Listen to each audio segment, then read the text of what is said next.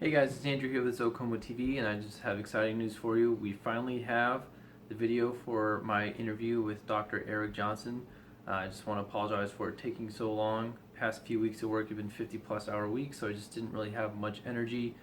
And this is, I think, a 30+ minute video, so it took a lot of time for me to edit. So I wanted to make sure it was a good quality video. So if you enjoy the video, please hit the thumbs up button. And if you have any questions for Dr. Erik Johnson, please comment below. He did say he'd be willing to do a second interview with me if you guys have questions. So please comment below with those questions, and to keep watching for more videos on koi and reptiles and fish. Subscribe to the channel, and if you learned something today, share with your friends and family. Thanks for watching. Awesome. Well, for those of you who will be watching the video, welcome to my channel, Zocomo TV. My mission is simple: to educate and inspire people to have more life in their lives. So, Doc Johnson, the first question is, quick background for yourself. When did you become a vet, and when and how did you start specializing in koi? Well, I'll keep it really brief because these are the parts of introductions that people get bored with really fast. So I've raised fish since I was 6 years old. My dad set up a fish tank, and I was bitten by the bug at that point and never looked back. And then dogs and cats and snakes and turtles, hermit crabs, you name it, except for monkeys.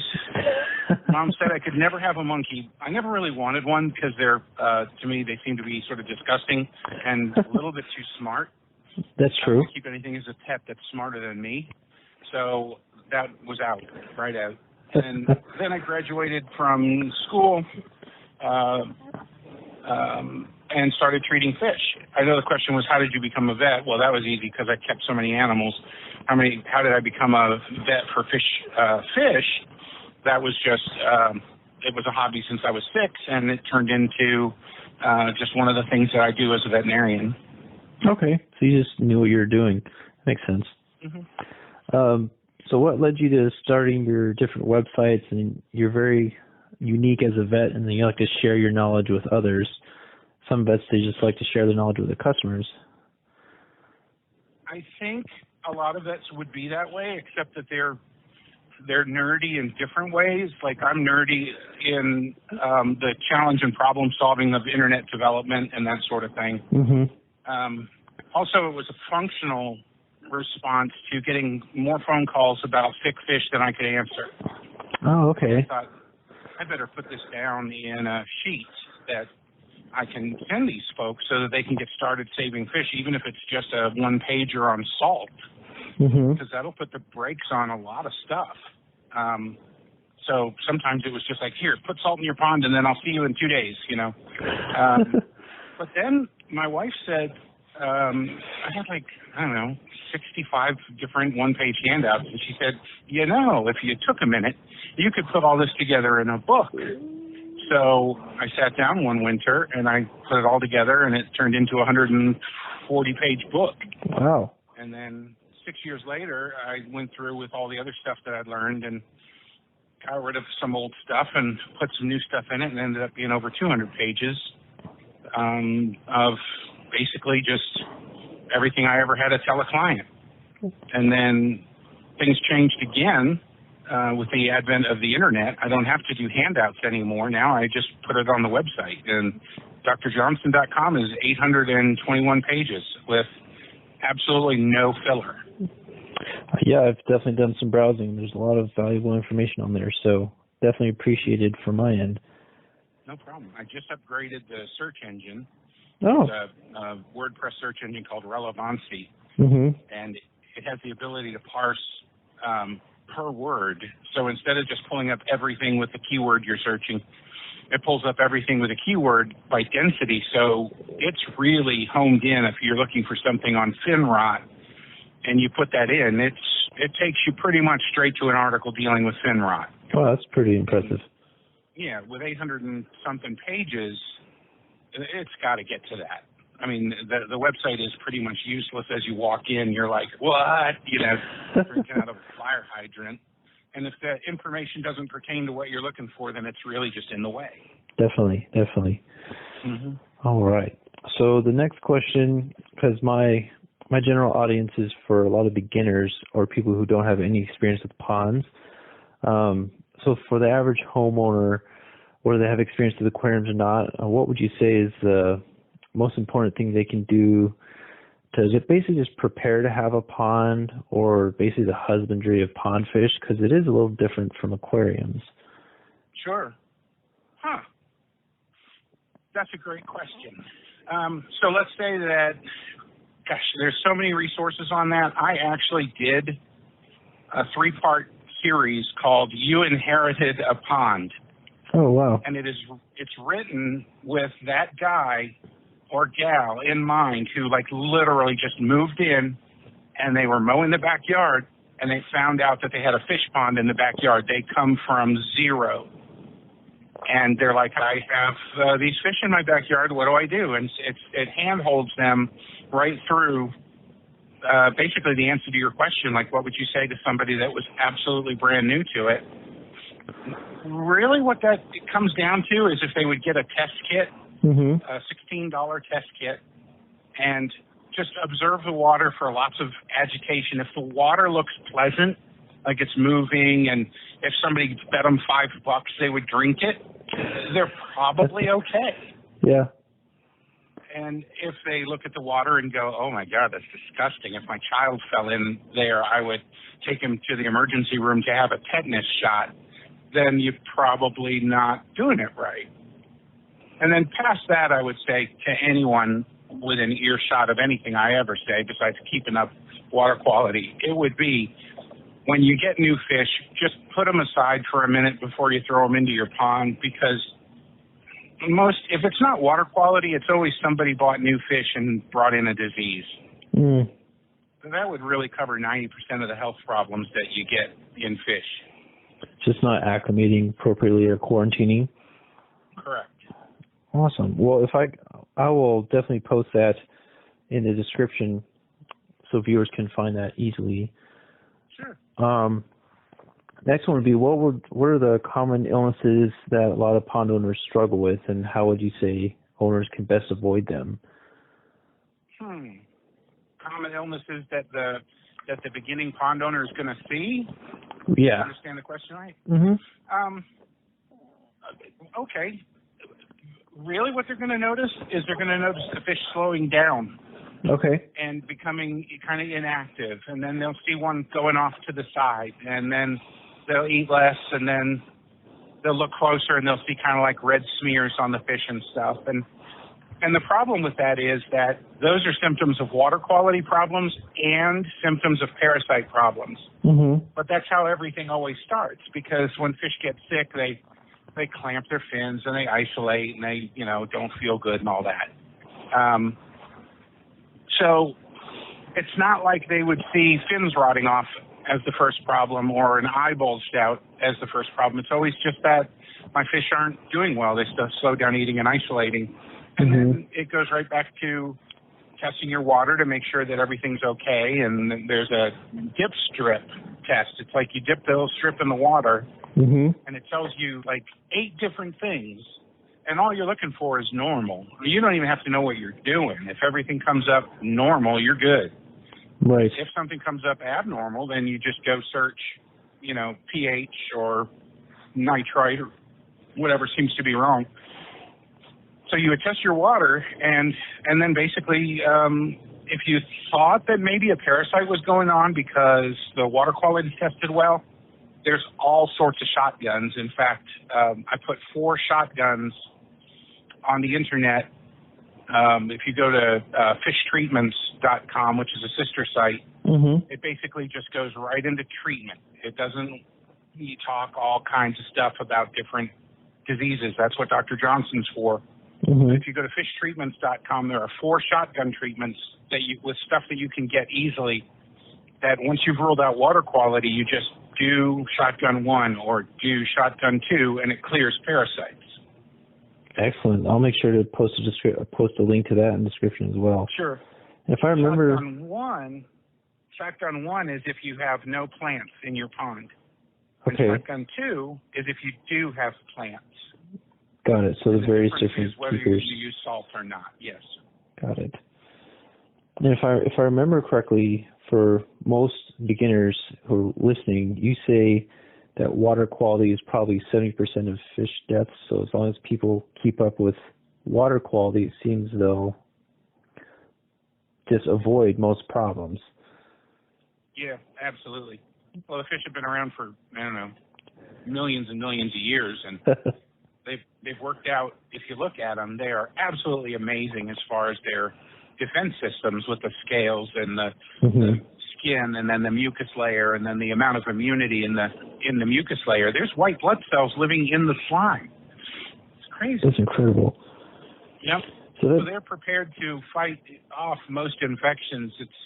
It's when we put them in a small body of water that doesn't get lots of new water, and they kind of get crowded and banged up a little bit, and that's okay. But if it gets real bad, then their defenses are overrun, and then they get sick. That brings up a sub question that I kind of thought about recently. Would it be better for people who are trying to avoid diseases to buy the koi that have scale versus the koi that are scaleless? Does it make a difference? That's a great question. So there are two kinds of koi out there. There's the ones that are covered with scales, and they look a lot like the ones that don't have scales. And then the other kind of koi doesn't really have scales. Their body is covered with a leathery skin. It's funny, about certain kinds of parasites don't show up as devastating in the scaleless. I do not consider the scaleless to be more vulnerable to parasites than the scaly ones. The parasites don't have any problem with either, but that's really funny. I think the ulcers heal faster in the scaled ones. Okay. The only thing is, like with babies on the scaleless, the babies are just a little bit more vulnerable to certain medications. I guess like a formalin treatment, for example, may actually get through the skin instead of through the skin and scales. Got it. But most of the companies that manufacture stuff like that, they've already tested all that. You'll see the label says something like half dose on scaleless fish. Got it. But as adult fish go, I don't think I would pick one over the other as far as disease resistance. I think the scaleless fish are beautiful. Yes, definitely. So that's good to know for owners, because a lot of people, they fall in love with those scaleless ones. Yep. That's good. Yep. I don't see any reason to shy away from them. They're really a Showa or Sanki 3-color fish in scaleless is just so beautiful. You know what I don't think I've ever seen is a Kiyetsuri, the yellow and black in scaleless. I don't know that I've ever seen an adult, like, show quality one of those that was scaleless. I think that would be amazing looking. Yeah, especially with those, if they have the stark contrasts. Yep. That'd be nice. Yep. I'll have to Google that. Well, now that we're on the topic of fish health, would you say there is an ideal pond size for koi, or maybe a better question is how many gallons per inch, or for the size of the fish? That's a really good. Okay, so yes, I think that, for the person out there just looking for something to hold on to, I think an inch of fish per 10 gallons would be terrific. So, and then you might say, come on, man, we could put 4 times that much in like a aquascape or ecosystem type pond, and that's true. Retailers do, and advanced hobbyists do, but they can compensate the water quality as they get up around 4 inches of fish in 10 gallons. But if the regular person is looking for just a pretty easy, mostly trouble-free experience, then I think 1 inch of fish in 10 gallons would be good. And then if you said, is there like a minimum size of pond, I've kept koi in facilities as small as 300 gallons. You really can't have very many. Water quality deteriorates pretty badly unless you've got the filtration system for 1,000 gallons. In other words, giant filter, small pond. Right. And the ownership experience and the experience for the fish isn't as good. If somebody said, what should I do? I would say 1,000 gallons, which really isn't, it's not that big. But 1,000 gallons would give a good home to a couple of koi until they were a couple years old. Mm-hmm. And again, you know, you can do more than that with more filtration and better water replacement. But just for problem-free existence, you know, mom and pop trying to figure out what to put in the backyard, it would be 1,000 gallons with 1 inch of fish and 10 gallons of water. That's nice. So you got a couple of full-grown koi in there, maybe-ish. Yeah, full-grown koi, because that's where people are going to go, oh, no, he's wrong. Full-grown koi could be as much as 48 inches. Seriously, if you threw... Yeah, that's true. There's a place in Nevada, it's called Rye Patch, and it's a giant water reservoir. And if you lob a koi over the fence into Rye Patch, and then you come back about 6 years later, that thing's going to be 4 feet long because it's had nothing to do but eat and swim in great water. So, you know, in your backyard, though, full-grown probably looks more like 18 to 20 inches, and in 1,000 gallons, it would have gotten used to it over the years and be fine. That makes sense. Well, thank you for sharing. I know that's a common question that I come across. Sure. So for the next question is, would you say there's any sort of advanced skill level that someone has to have in order to take care of a pond? Yes, a very strong back. Strong back. As far as the skill level, I personally, I'll answer that on 2 different ways. Sure, I mean, you could become kind of a pond keeping expert, or you could farm that out. Mm-hmm. It's cool about there's that big installer of ecosystem ponds, Aquascape, which I know you're familiar with. Those guys put in these ecosystem ponds, and then they have installers that are actually trained to kind of have an idea about fish health and pond maintenance and stuff like that. Mm-hmm.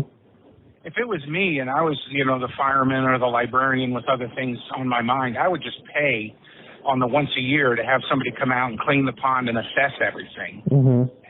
And then just not worry about it. I mean, they don't charge that much. Right. But to your question, is there a skill set or whatever? Yeah, it's basically just semi-frequent water testing, like on the month, checking your water to make sure it's okay, replacing water periodically. I would say some people would be smart to consider replacing water all the time through an irrigation line, very slowly. Mm-hmm. Recognizing signs of illness in fish, which is almost always body language and the way they're swimming. Mm-hmm. And, gosh, it's not as hard as some people want to make it. You stumble into some of these message boards, and in order to maintain a degree of, like wizardry, like, behold, I am the shaman of koi, they make it so much harder than it needs to be. Yeah, very technical, I found. Yeah. And that's fine. I mean, because, you know, like there's folks that collect antique cars because they drove one. Mm-hmm. And then there's people that collect antique cars because they know the stock number on every screw that went into it in 1940. So your level of engagement has different reasons and different degrees. Right. And the problem is when a new person meets one of the obsessive compulsives, they're kind of like, oh, that's not the hobby for me. That's just ridiculous. Mm-hmm. It doesn't have to be that hard. Like, you can keep a dog and not be a veterinarian. That's true. A lot of people keep dogs and they just feed it and walk it, pretty much. That's right. And they let the vet know when things stop going in the front end or they start coming out the back end too fast. All right. So now we've got some fun questions for you. Okay. What's your favorite type of koi? Wow. So, scaleless has that's a very attractive fish to me, is scaleless. And my favorite color is the yellow and black. The yellow and black? Yeah. It's a rare thing. They're called Kitsuri. Mm-hmm. And they're basically a yellow and black fish, but they have some black in the head. Mm-hmm. And it looks like a bumblebee, I'm just all a quiver. It's definitely a unique look for a koi. What's the what? I was just saying it's definitely a unique look for a koi.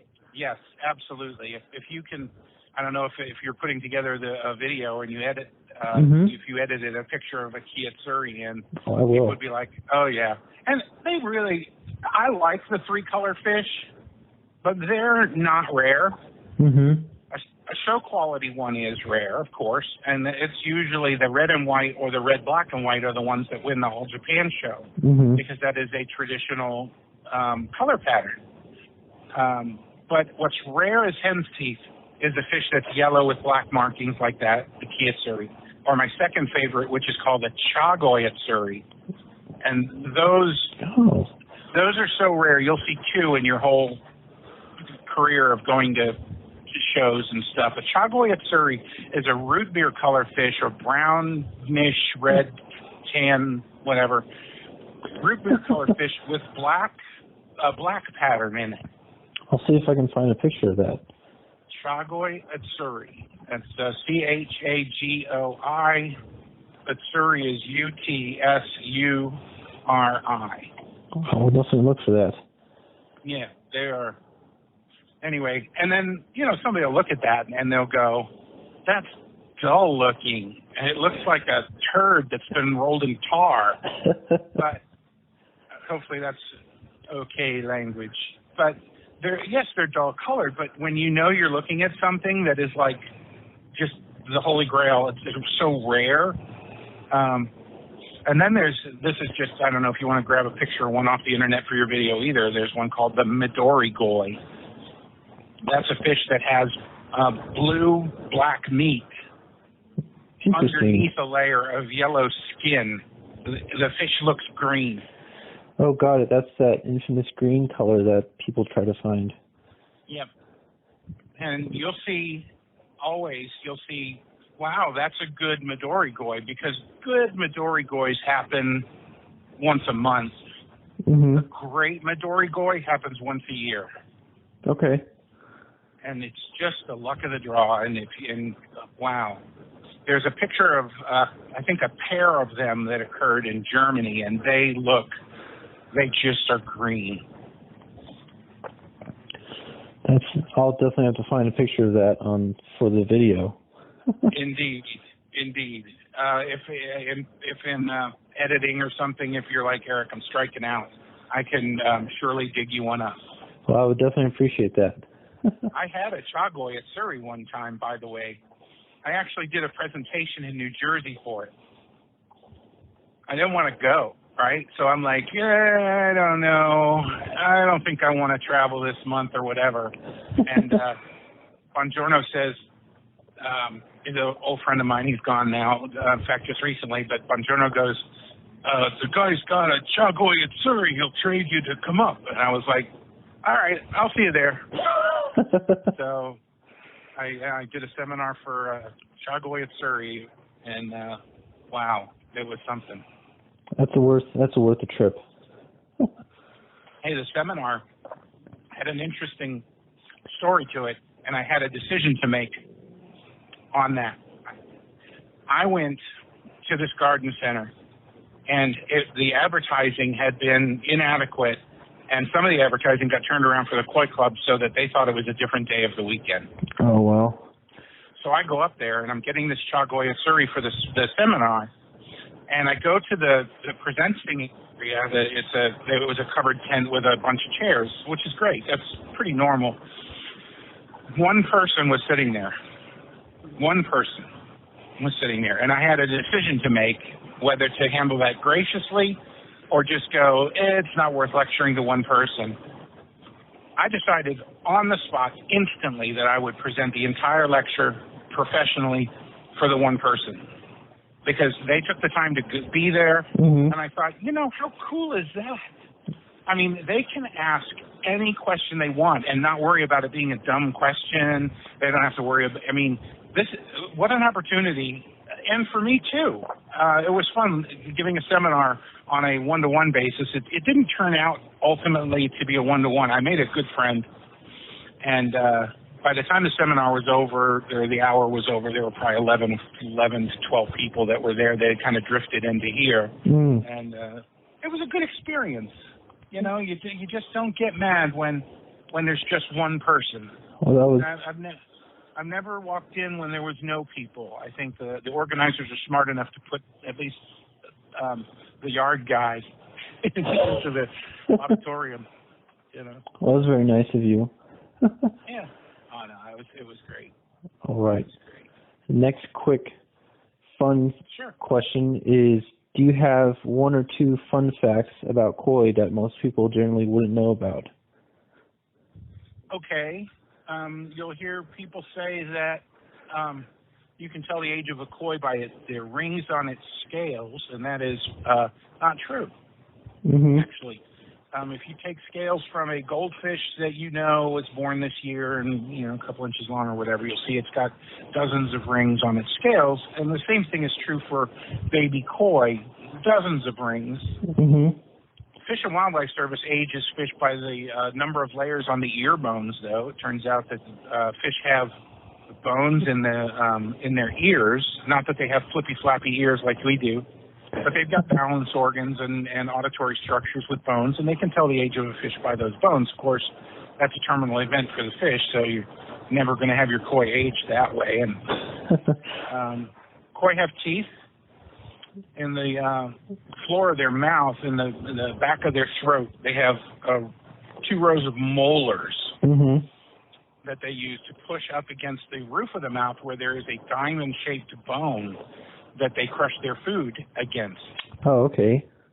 Yep. And if you've never seen pictures of the teeth or heard about teeth or anything, I've got a very short, simple article with pictures of the teeth on the website.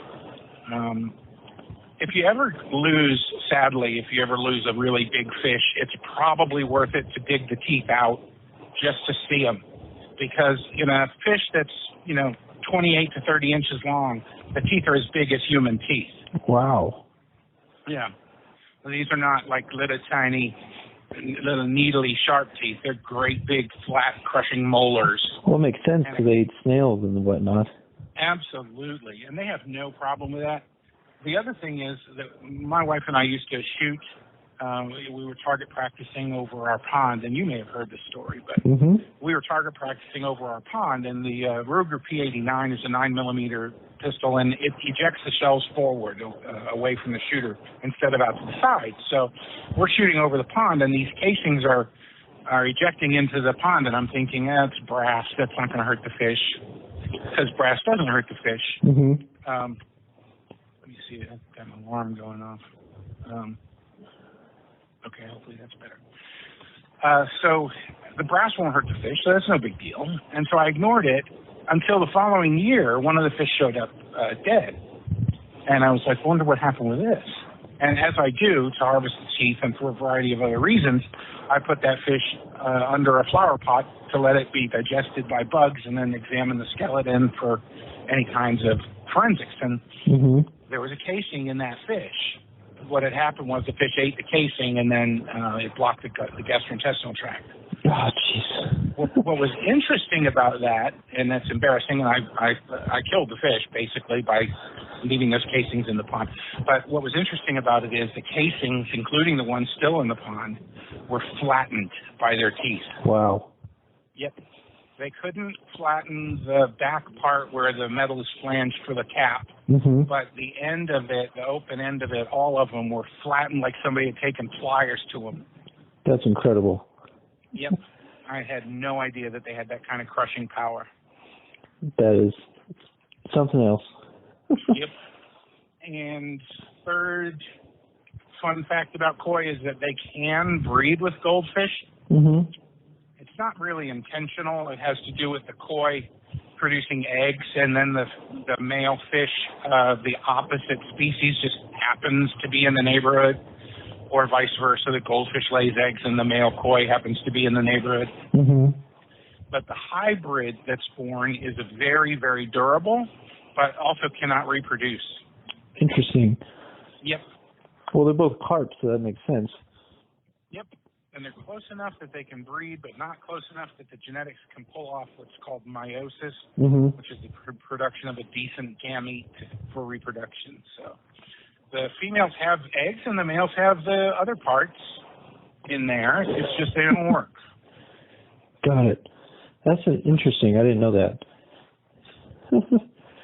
All right. So final question for you, and this is a self-promotion moment, Doc. What kind of resources do you have online for hobbyists to search if they have any general fish health questions? And have you written any books? You kind of already answered that already at the beginning. Well, yeah. Most of that got covered. The websites, Koi Vet and Fish Doc, got consolidated. They're still out there with all their articles, but they got consolidated into drjohnson.com. As I've aged, I don't have the energy to maintain a really good quality website unless it's just the one website. So drjohnson.com is now like Koi Vet has 200 pages, and drjohnson.com has those 200 pages plus 600 more. Fishdoc.co.uk was not written by me. That was written by Frank Prince Isles, and then I bought that site 13 years ago. He did a great job. That site is still out there and worth looking at because he goes into different detail and he has a different perspective. Fishtreatments.com right now is kind of to the point. People are like, okay, I understand potassium permanganate. Where do I find 500 grams of that? And it has links out to that. So, and then YouTube, there are links off drjohnson.com. There are links to both of my YouTube channels, and my YouTube channels have 168 videos on fish health. So I'll definitely link to those. As far as pushing the book, somebody said it in the reviews. They said, I can get more information off the internet. And I don't know that that's not true. Like, that's fair. You kind of can, you know? I mean, I would love to sell more books and everything, and there are people still buy the book because they want something in paper that they can put on their lap while they're flying somewhere that they can read. I get it. But most of the time, the website has become enough of a resource that you can print things that apply to your situation. I mean, I don't mean to sell myself out of book sales, but you know, the reality is that my website's pretty darn thorough. That's true. I've definitely browsed it many times. Yep. But like I said, my goal is more that somebody doesn't have fish dying because I couldn't